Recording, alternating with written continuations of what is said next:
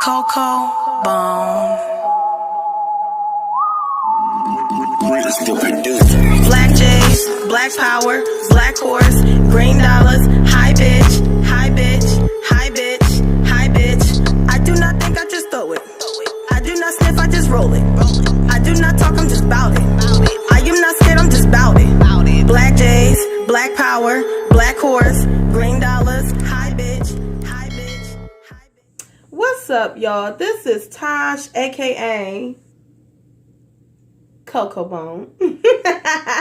And I'm coming at y'all with another reaction video, hunty. So, tonight's reaction is going to be to 7 of the world's most dangerous hybrid animals. Ooh. This one sounds a little scary, honey. I'm not even gonna hold y'all. But, you know, I don't really like to ramble on too damn much. I just want to kind of get straight to the point. So, let's see how dangerous these animals is, honey, and why we should not think every damn wild animal is a fucking pet. Sorry, just had to get that out.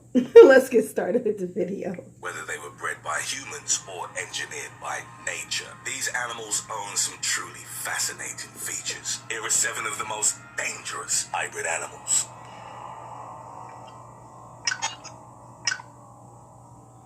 Oh, Jesus. This all starting off creepy. Number 7. Hybrid sharks. Come on, I'm home alone right now to my man. Shark was discovered in 2012 in waters of Australia. Shit all creepy as shit. Between the Australian black-tipped shark and the common black-tipped shark. The larger common black-tipped shark usually prefers colder waters than its Australian counterpart. Researchers claim that the interbreeding was a possible response to climate change or fishing patterns. 57 healthy hybrids were identified. If proven to be stronger than their parent species, researchers claim that there is a possibility that the hybrids could ultimately replace them. Although not typically dangerous towards humans, the shark's speed and strength command respect, and a potential attack can't be ruled out, especially when food is involved. Oh my God. Grubhub is a delivery app that lets you order from all your favorite local restaurants. Grubhub, restaurants you love, delivered. I need to try that out, honey. I'm kind of hungry. Pit Bull Terrier. The Pit Bull Terrier was bred in the United Kingdom from early terriers and bulldogs. They were bred for various blood sports like bull baiting and bear baiting. These involved pitting one or several dogs against a bull or a bear. After Britain introduced animal welfare laws in 1835, these blood sports disappeared. Owners began pitting their dogs against each other, as these fights were easier to organize and conceal. In the bloody world of illegal dog fighting, the Pit Bull is the most common breed of choice because of its strength, tenacity, and willingness to fight regardless of the cost, with its powerful jaws and a bite not easily released once it's sunk its teeth in. Many animal welfare advocates consider dogfighting to be one of the most serious and most condemnable forms of animal abuse. Although it was bred for combat, the pit bull was never meant to be a threat to people. In the 1980s, the breed began to attract the wrong type of attention and soon became a symbol associated with violence and crime. Its reputation was further damaged by several attacks on people, some of which were fatal. These attacks were most likely... Okay, this is a bad stereotype, but I really have to ask this question, honey. Why do, in particularly my race of men, black men, why do black men always get a pit bull? I don't never see them with a German Shepherd. I don't never see them with a fucking poodle. Whatever kind of fucking dogs is out there, honey. Every black man always gets a pit bull. Like, why? Like... And matter of fact, in general, forget my race of men right now. I'm all tongue twisted shit. But in general, with just anybody, honey, besides black men, besides the stereotype, why do everyone has a fascination with pit bulls? Like, pit bulls are the most, it just said it, they are the most dangerous fucking dog you can ever own. Like, what if one day you laying down, sleep in your bed, and then all you see is a big ass dog, your fucking pit bull, looking at you, possessing shit, looking like a fucking bootleg version of a fucking what's that damn name? Damn, Wait, y'all know what the fuck I'm talking about? Is it Kobe? Y'all know that damn scary movie with the big ass, huge ass dog? I think his name. No, it ain't Kobe. That's fucking bad. Look, y'all know who the fuck I'm talking about, okay?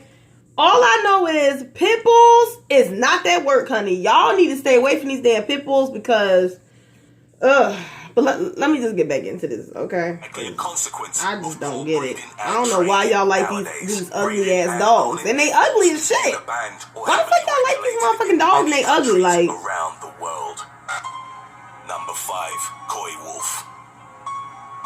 Coy wolf is the informal name used to describe a coyote and grey wolf hybrid. This type of hybridization regularly occurs in nature and is made easier by the fact that the two species diverged from a common ancestor relatively recently, approximately 6,000 to 117,000 years ago. Coy wolves are found throughout eastern North America. Unlike wolves, but much like coyotes, coy wolves can adapt and thrive in many habitats, from grassy plains, woodlands, and ravines to suburbs and cities. Researchers and wildlife specialists believe the coy wolf emerged in the early 20th century when the uncontrolled hunting of wolves reduced the species' numbers in the wild. Unable to find their own species to mate with, the remaining wolves bred with coyotes, thus giving birth to coy wolves. Even though they share the coyote's intelligence and adaptability, coy wolves are larger and have bigger skulls with stronger jaws, enabling them to better hunt the plentiful white-tailed deer found in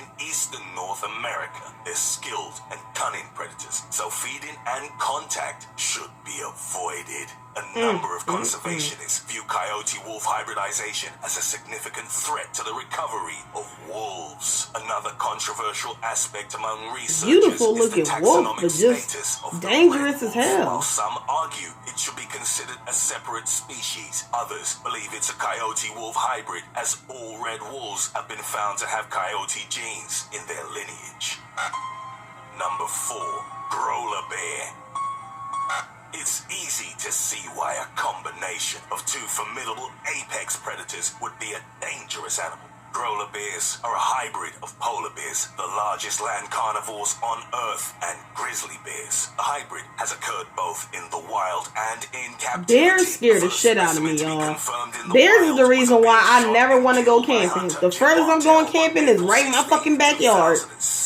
Initially, Martel, who'd been hunting for polar bears with a guide and an official license, believed he'd shot a normal polar bear. Officials decided to examine the creature after noticing that even though it had the thick, creamy white fur of a polar bear, it also had a humped back, long claws, a shallow face, and brown patches around its foot, back, eyes, and nose, characteristics which seem to indicate a grizzly bear. If determined as being a grizzly, Martel could have faced a fine and up to a year's jail time. DNA tests reveal the animal was in fact a hybrid with a grizzly father and a polar bear mother. The grizzly polar bear is apparently a fertile hybrid. Oh shit, it's a mixed bear.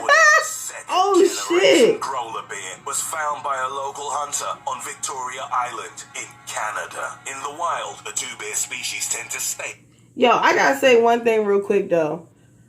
Us blacks be thinking we gangsters. No, the real gangsters is white people. You want to know why I say that? Because white people be the craziest motherfuckers to go out. Hold on. Look at this picture, bruh. Look at this fucking picture, bruh. Hold on. Was in fact a hybrid with a grizzly father and a polar bear mother. The grizzly polar bear is apparently a fertile hybrid. It's gonna come up. 2010, the first recorded second generation Grolar bear was found by a local hunter. These motherfuckers is bold enough to fucking like sit next to this shit, like, bruh, like this shit don't scare y'all. Like, this shit really don't scare y'all. I don't know how white people do it. I can't fucking do it. I can't. I really can't. On Victoria Island in Canada, I'm in the wild, the two bear species let me hurry. Let me shut the hell up for the rest of the video because I ain't trying to make this too long. And breed on land, while polar bears prefer the ice. One proposed theory is that the melting of the ice caps has forced polar bears to migrate farther south and into grizzly bear territory. Number 3, Liger. Liger. Ligers are a hybrid cross between a female tiger and a male lion bred in Oh, captivity. shit. Even though they take their genes from the two biggest felines on Earth, ligers typically grow larger than both parent species. These huge and powerful animals are about the size of the prehistoric saber-toothed cat. Their physical characteristics are a blend of both parent species. They may have a faint tiger-like striped pattern on their bodies, which inherit the tawny color. Look how big this fucking lion heritage may also include rosettes, which can Oh be my black, sandy, or God. dark brown in color. If a male liger has a mane, it's usually smaller in size than that of lions. Just like tigers, these hybrid species enjoy swimming, and similar to lions, they're also very sociable. The current record for largest cat living on Earth is held by Hercules, the liger, named after the legendary Greek hero known for outstanding strength. Hercules' muscular body weighs a staggering 900. Damn, that's a big ass. And this bitch feeding him a fucking baby bottle. Like his big ass is satisfied with that. What the fuck? Is almost 20 inches wide and among the largest measured for a land carnivore. Hercules' bite force is unmatched by any other feline, and despite his impressive size, he's capable of athletic feats such as leaping up to 40 feet and sprinting speeds of 60 miles per hour. Even though Hercules owns many deadly attributes, his trainers describe him as a gentle giant that loves to play, sleep, and eat. Most ligers seem to display the same relaxed disposition. It's still worth mentioning, however, that they share the genetic material of two apex predators and therefore can't really be viewed as tamed animals. Number 2, killer bees. The Africanized honeybee, commonly known as the killer bee, is a I don't hybrid fucking originally bees, yo. produced by the crossbreeding of various European honeybees with the African honeybee. The killer bee was born in Brazil in the 1950s. Biologist Warwick E. Kerr operated several hives and planned on creating a new strain of bees. By interbreeding southern African bees with European bees, he hoped to create a bee strain that would produce more honey and at the same time be more adaptable to tropical conditions than European bees. In 1957, a replacement beekeeper accidentally released 26 Tanzanian queen bees from quarantine into the other hives. Thus, the killer bee was born. The new species steadily spread throughout South America and reached North America. In 1985, Africanized bees react to disturbances faster and are much more defensive than any other bee species. Their killer bee nickname is well earned. They attack in large swarms and may chase their target for over a quarter of a mile. They've been responsible for around 1,000 human deaths and have also killed horses and other animals. Most of their victims receive 10 times more stings than from European honeybees. On average, Africanized bee stings kill 1 or 2 people every year in the U.S. Africanized bees are relentless in their defense of the hive, but they also tend to swarm more frequently and travel farther than other honeybee type. Number 1, Leopon. Oh shit, y'all. Number 1. Leopon is a hybrid resulting from the crossing of a lioness with a male leopard. Leopons are unlikely to occur in the wild, and the only documented specimens have been bred in captivity. The appearance of these hybrids has been described as a combination of features from both lions and leopards. According to a 1912 description of a Leopon from a zoo in Kolhapur, India, his body was spotted like a leopard's, while his head had many of the lion's features. The spots on his legs, belly, spine, and head were black and distinct, while those on the sides were brown and indistinct, like the fading spots of a juvenile lion. The Leopon's tail was striped underneath and spotted on the top side, ending in a blackish tip, with longer hair similar to a lion's tufted tail. Much like leopards, Leopons have strong, agile bodies and a preference for climbing. They also possess sharp claws, a powerful bite, and strong neck muscles. Male Leopons may have sparse manes that can grow to be around 8 inches in length.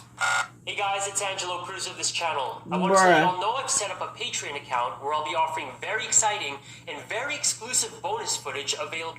Alright, that's it. That's it for this video. Wow, that is crazy. Well, I hope you guys like this reaction. Please make sure to like, comment, subscribe, share, show your bitch some love. Please help me get to 1,000 subs. I need all the love that I can get, and I'm out. Deuces.